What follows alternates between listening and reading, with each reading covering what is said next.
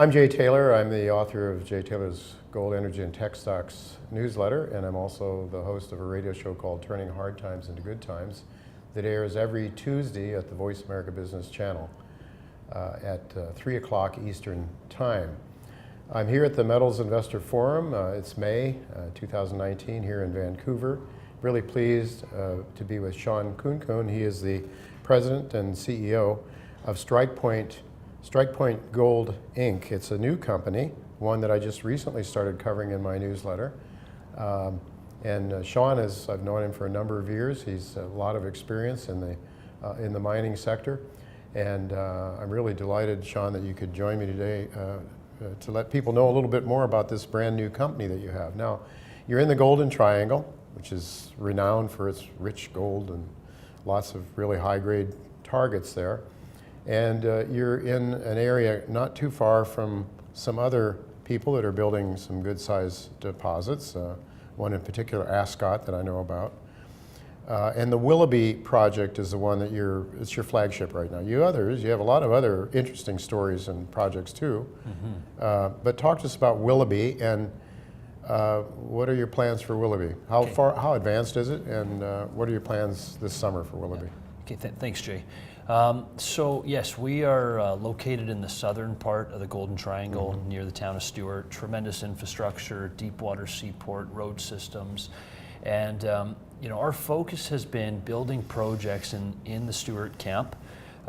We started an acquisition spree in actually 2017, which took us into the Yukon, and then in 2018 we picked up the Porter project from Skeena, and we've built on that with this Willoughby acquisition.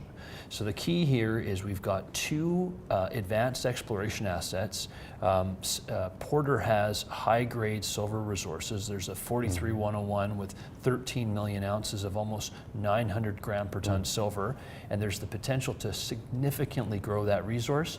And the project is literally, you could see the town of Stewart as you overlook mm-hmm. Mount Rainey. Mm-hmm. So in terms of trades, in terms of equipment, it's just tremendous to have that sort of sure. access and infrastructure and close proximity. Willoughby's really interesting because it's a project that lies 4 miles east of Red Mountain. Mm-hmm. And Red Mountain was just acquired by Ascot Resources mm-hmm. in an all-share transaction that saw them buy IDM Mining.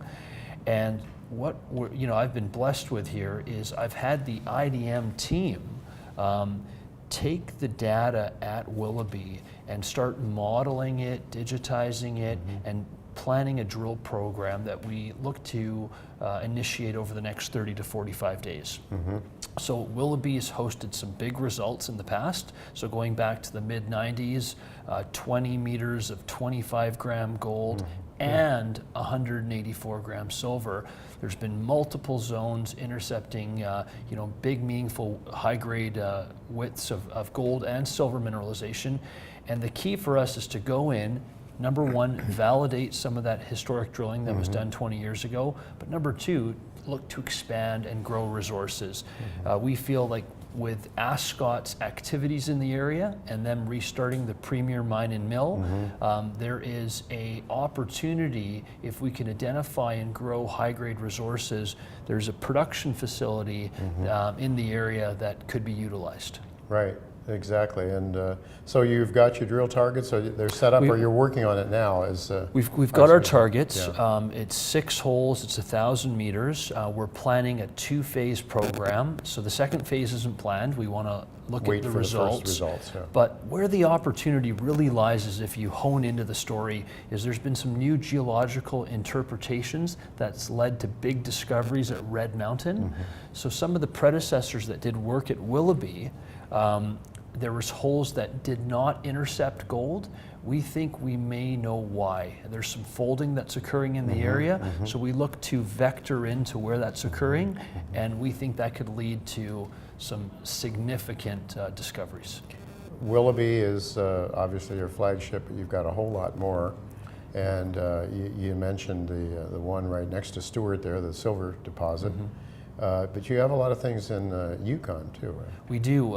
So my goal here is we're in a time right now where it's a tough time to finance junior it is, mining sure. companies. So we're focused on grade. You know, we're going after 20, 30 gram per ton gold targets. We're going after 1 to 2,000 gram per ton silver targets. So we're focused on grade. We're focused in the triangle.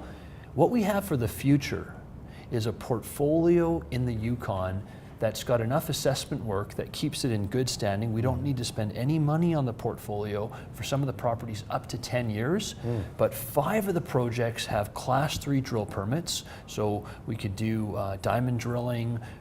You know, the proper consultation has been done to go in and they're drill-ready targets. There's been $30 million worth of grooming done, systematic grooming, and the portfolio was put together by legendary prospector Sean Ryan, and Sean has had 2 of his properties get acquired by majors.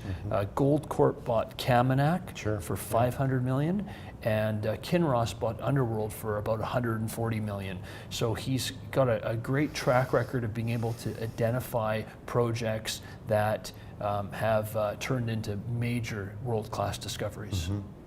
So you're funded well enough to get your work done this year. We're going to be initiating a flow-through financing here to complete the work, you know, we own our properties 100%, and we've got enough money in the treasury to run G&A for the next 12 months. Talk to us a little bit about your primary shareholders. Sure. So we've got 88 million shares issued and outstanding.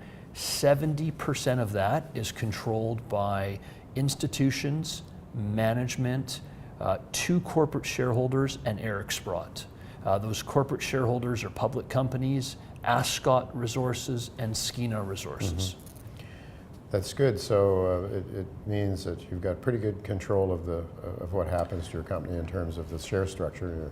Yeah, I feel like we are on a very solid foundation. And I think you mentioned here at the conference the market value of your portfolio at one time, if you add them up at the peaks of those various times. It was pretty mind-boggling compared to... It's $500 million spread across the 25 precious metals properties, and our acquisition costs were literally pennies on the dollar. $10 million for the $500 million worth of properties, and what's the most interesting metric is only $1 million of that was cash.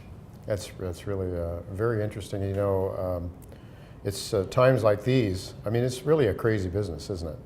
I mean, when you think about, it's a manic depressive business, and when you're at the top, it's just crazy, people get crazy rich. And then we have these long periods of time, like now, when it's not so easy to survive. There was a lesson that you told me about a decade ago, and that was to buy the bust and to sell the boom. And I think the cyclical nature of the commodity sector gives us these types of opportunities. So we're hoping that this recent low in terms of property valuations could equate to some big gains for our shareholders. Yeah, it's not rocket science, but it's not so easy to do either. It's when times are really good and people are making money, it's hard to sell. It's hard to buy now. But if you look at the guys that really make money in this business, they're people that have made money in times like this. This is when the money is made. I mean, it's cashed in later, but this is when the decisions are made. And the challenge is being able to have the holding power. And the reason I focused in Canada versus, say, a project in the US was by the amount of assessment work that's done on the projects. That's what determines how long they're in good standing.